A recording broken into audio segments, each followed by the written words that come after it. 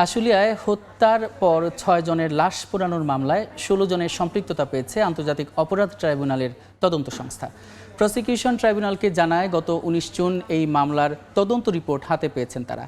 প্রতিবেদন অনুযায়ী ১৬ জনের সম্পৃক্ততা মিলেছে। পরে আনুষ্ঠানিক অভিযোগ দাখিলের জন্য ১ সপ্তাহ সময় আবেদন করলে ২ জুলাই পরবর্তী দিন ধার্য করেছেন বিশেষ ট্রাইব্যুনাল।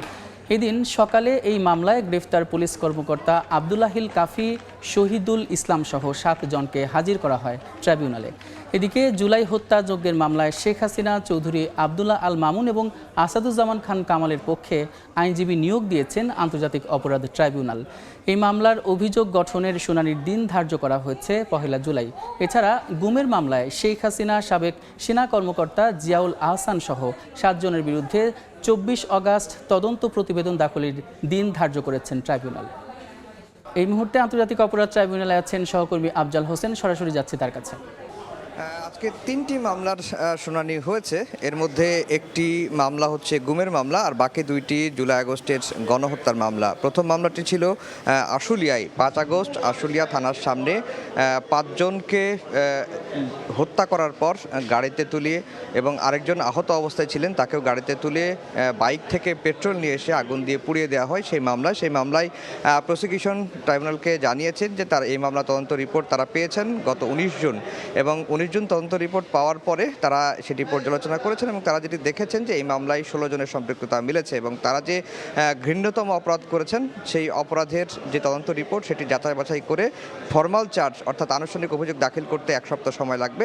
এরপরেই কিন্তু আদালত আগামী ২রা জুলাই এই মামলার আনুষ্ঠানিক অভিযোগ দাখিলের দিন ধার্য করেছেন। আরেকটি মামলা ছিল হচ্ছে শেখ হাসিনা এবং সাবেক স্বরাষ্ট্রমন্ত্রী আসাদুজ্জামান খান কামাল এবং সাবেক পুলিশ মহাপরিদর্শক চৌধুরী আবদুল্লাহ আল মামুনের বিরুদ্ধে যে মামলা, জুলাই আগস্টের হত্যাযজ্ঞের মামলা। এই মামলায় শেখ হাসিনা সহ এই ৩ জনের বিরুদ্ধে ৫টি অভিযোগ ট্রাইব্যুনালে এনেছিলেন এবং ৫টি অভিযোগে যেটি বলা হয়েছে, প্রথম অভিযোগ যে এই মামলায় শেখ হাসিনা উস্কানি দিয়েছেন, হত্যার অনুপ্রেরণা জুগিয়েছেন, প্ররোচনা জুগিয়েছেন এবং নির্দেশ দিয়েছেন এবং ১৪০০ জন মানুষ, ছাত্র জনতাকে হত্যা করা হয়েছে। এই সমস্ত দায় এই ৩ জনকে নিতে হবে।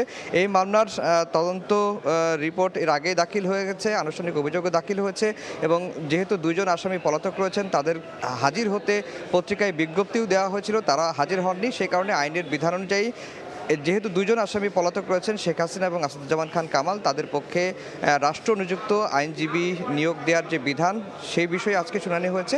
ট্রাইব্যুনাল যেটি বলেছেন যে তারা এই মামলায় এই ২ জনের পক্ষে রাষ্ট্রনিযুক্ত আইনজীবী নিয়োগ দেবেন এবং এই মামলার পরবর্তী দিন ধার্য করা হয়েছে ১ জুলাই। সেই দিন আনুষ্ঠানিক অভিযোগের বিষয়ে শুনানি হবে। আবার আমরা একটি বিষয় জিজ্ঞাসা করেছিলাম যে যেহেতু শেখ হাসিনা এবং আসাদুজ্জামান খান কামাল পলাতক রয়েছেন, তাদের পক্ষে রাষ্ট্রনিযুক্ত আইনজীবী দিলে আসলে কী ধরনের আইনজীবী নিয়োগ দেওয়া উচিত। চিফ প্রসিকিউটরের বিশেষ পরামর্শক টবি ক্যাডম্যান বলেছেন যে যিনি মামলা সম্পর্কে ভালো অভিজ্ঞ এই ধরনের আইনজীবী নিয়োগ দেওয়া উচিত, যদিও এটি সম্পূর্ণ এখতিয়ার ট্রাইব্যুনালে। আর গুমের মামলায় শেখ হাসিনা সহ ৭ জনের বিরুদ্ধে যে মামলা, সেই মামলার শুধুমাত্র একজন আসামি সাবেক সেনা কর্মকর্তা জিয়াউল হাসানকে আজকে ট্রাইব্যুনালে হাজির করা হয়েছিল। এই মামলায় তদন্ত রিপোর্ট দাখিলের জন্য ২ মাস সময় চেয়েছিল প্রসিকিউশন। আদালত ২৪ আগস্ট পরবর্তী দিন ধার্য করেছেন। তো এই ছিল আন্তর্জাতিক অপরাধ ট্রাইব্যুনাল থেকে আমার কাছে সবশেষ খবর। আন্তর্জাতিক অপরাধ ট্রাইব্যুনাল থেকে যুক্ত ছিলেন সহকর্মী আফজাল।